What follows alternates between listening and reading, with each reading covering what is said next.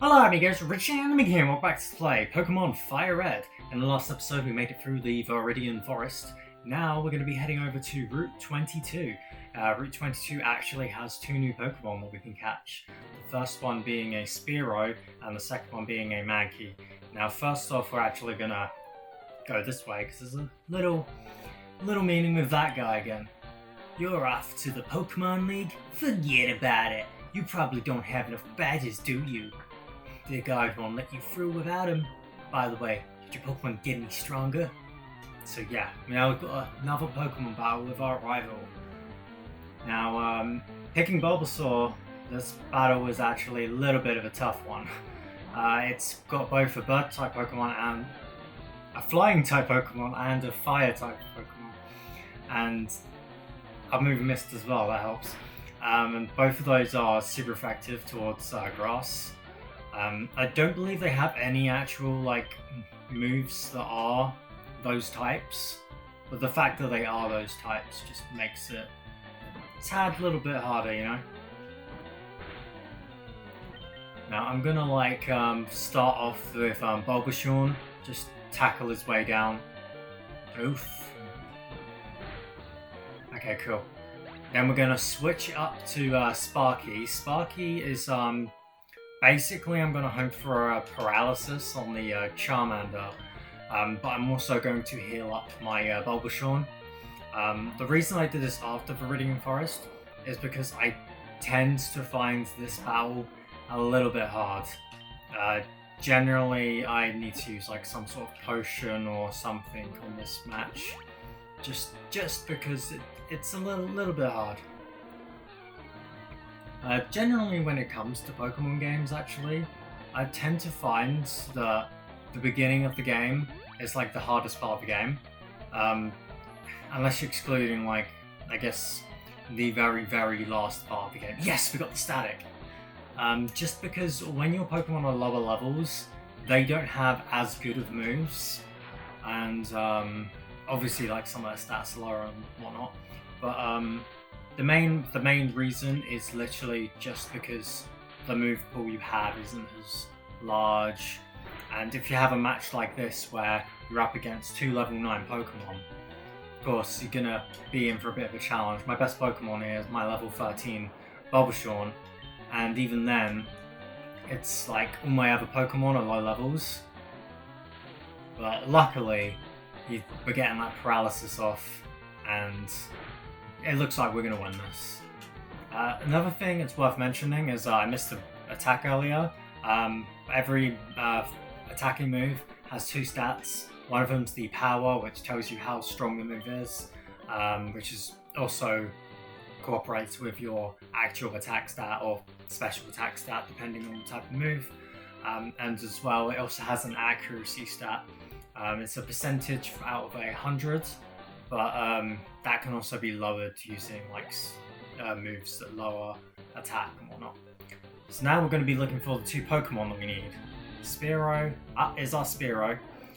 So Spearow is a normal flying type Pokemon, just like Pidgey. Spearow, however, I would personally say is better than Pidgey. It's almost dead there. I probably shouldn't have attacked it with a level 13 Bulbasaur, but you know, he just hanged on to the edge of tomorrow. Spearow also has Keen Eye, just like Pidgey. So with Keen Eye for details, one truth will prevail. And yeah, it's just basically just a better Pidgey. I'd recommend it. Now, yes, I would like to name it. Now, this name's a little bit far-fetched, but I'm gonna go with it. And now we're also going to be looking for our Mankey. Hopefully that is our next encounter, because we've got a cat. Here's our little boy Mankey. Mankey is a fighting type Pokemon. I actually really recommend this one. Mankey is good, especially early game, but you could use him throughout the whole game. His evolution is pretty good as well. If you pick a Charmander, especially if you're playing the original Generation 1, then having Mankey helps a lot with the first gym of the game. We'll be getting into the gym soon, and because the gym is weak to fighting type moves. It's also weak to grass and water, but it isn't weak to fire, which makes it so this is the pick that you want if you don't have a Charmander. Now as for names, I didn't actually have a name written for this one down, so it's going to be Mankey D. Luffy. I super hate the GameCube's D-pad, I'm just going to mention that right now. I'm playing this game off the GameCube, and I don't like playing this game for GameCube controller. Occasionally you'll probably see me walk in a direction that I did not want to go in. That's me trying to press another direction, it's not going that way, but what can I do? Anyway, I'm going to meet you back at Pewter City, because that is where we want to head next, story-wise, so I'll see you there. And we are back to Pewter City. What you gotta say? There aren't many serious Pokemon trainers here. They're all like bug catchers, you know, just hobbyists. But Pewter Gym's Brock isn't like that, not one bit. So yeah, that is the gym leader, Brock. And we're going to be heading over to him very shortly. Now, we're going to speak to some people, see what they got to say. He's talking about the status inflicting moves I mentioned earlier, and he's mentioning how Pokemon learn new moves as they level up. If we go over to the right here, we'll have a guy that's talking about using repels. Now, repels are an item that you can buy in the Pokemon, and it basically makes it so wild Pokemon won't be encountered while you use the repel. However, it is based on something. So let's just say I use a repel, then I start walking around in the grass. As long as the Pokemon in the grass are level that are lower than my first member of my party's level, so in this case 13, then it will basically remove them from being a wild encounter until the repel runs out. We've also got Awakening, which kills sleeping, Burn Heal does what it says, an Escape Rope, which basically makes it so you can escape from a dungeon. Well, like, I guess they're called dungeons. We'll get into one of them later on. But you can escape one without having to, walk all the way back, which is pretty useful. Let's actually go up here. I believe it's somewhere around here. Can't actually remember where it is. It's somewhere around here. There it is. Yeah, there's a free Pokeball. Museum right here. We'll be heading over to the museum in a bit. For now, we're going to talk to this girl. Clefairy has come from the moon. That's what the rumor is. They appear after moonstones. Fell on Mount Moon. Mount Moon was actually what I meant by the dungeon that I was speaking of, so there we go. I got a little glimpse of it. And this guy just basically gives you some tips. Yeah, sure, go ahead. The first Pokemon out in a match is at the left of the Pokemon list. By changing the order of Pokemon, you may gain an advantage. Try different orders to suit your opponent's party. So basically, if we have a Pokemon that's weak against like rock or whatever, then we want to put that first. Now we can actually sneak past this guy as well. You just do this and we can go straight to Brock. I'm going to quickly fight that trainer off screen though.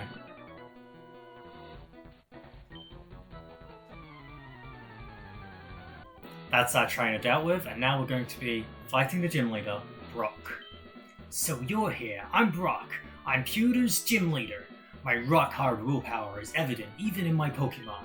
My Pokemon are all rock-hard and have true grit determination. That's right, my Pokemon are all the rock type. Ha ha ha! You're going to challenge me knowing that you'll lose? That's the trainer's honor that compels you to challenge me. Fine then, show me your best. Now Brock actually had a big part in the anime as well, and he loves all the ladies. Luckily he isn't hitting on the character that I'm playing as, and he's just, going straight out to battle us. So here's a Geodude. Geodude is a ground rock type Pokemon. I didn't mean to press tackle, I meant to actually move the cursor and go to find it, because rock is weak against grass, It's actually 2 times weak because he's rock and ground. Geodude has Defense Curl and Tackle. Defense Curl just increases the defense of Geodude. You have nothing to worry about with the Geodude. He doesn't have any moves that are special to its typing. It's literally just basically a normal type Pokemon, but with a rock typing. Poison Powder lets you poison Pokemon, so we're going to get rid of our Growl move, and we've now learned Poison Powder. Next, he's going to send out his main... Oh wait, no, we learned Sleep Powder as well. Okay, cool.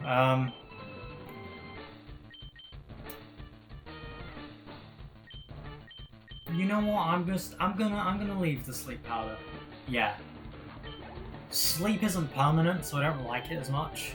So he's gonna send out his Onyx. We don't want to train to Pokemon.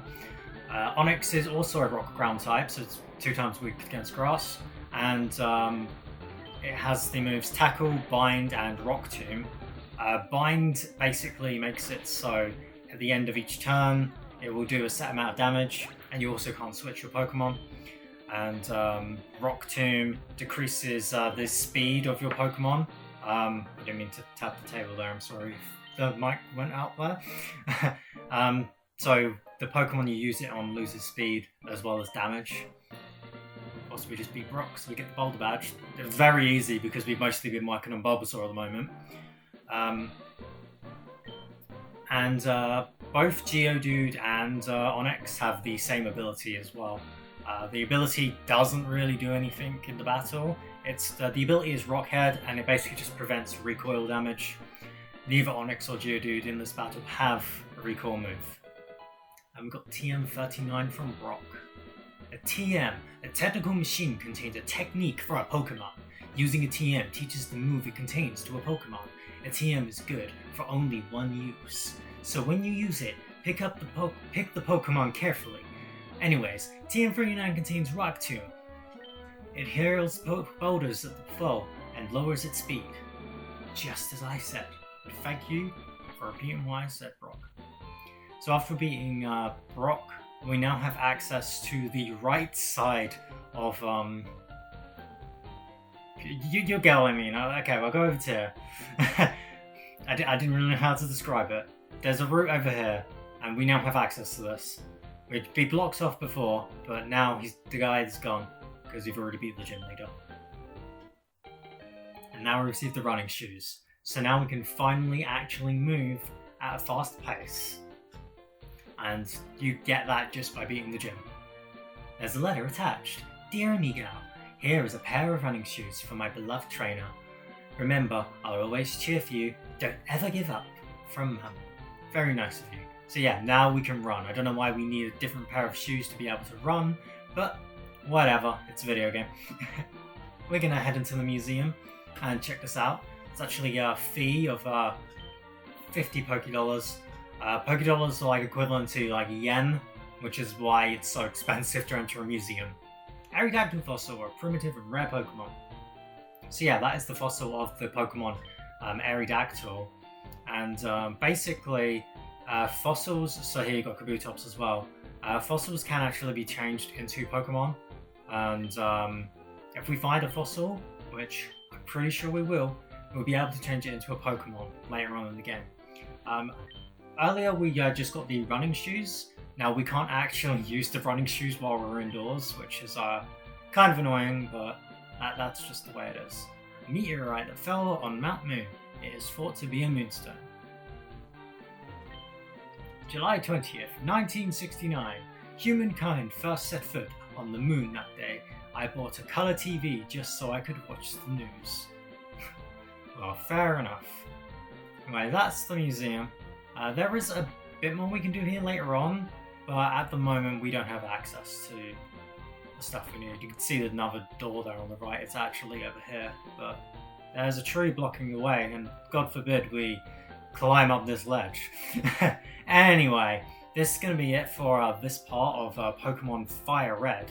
In the next part, we're going to be heading over to the right here, which is going to be Route 3.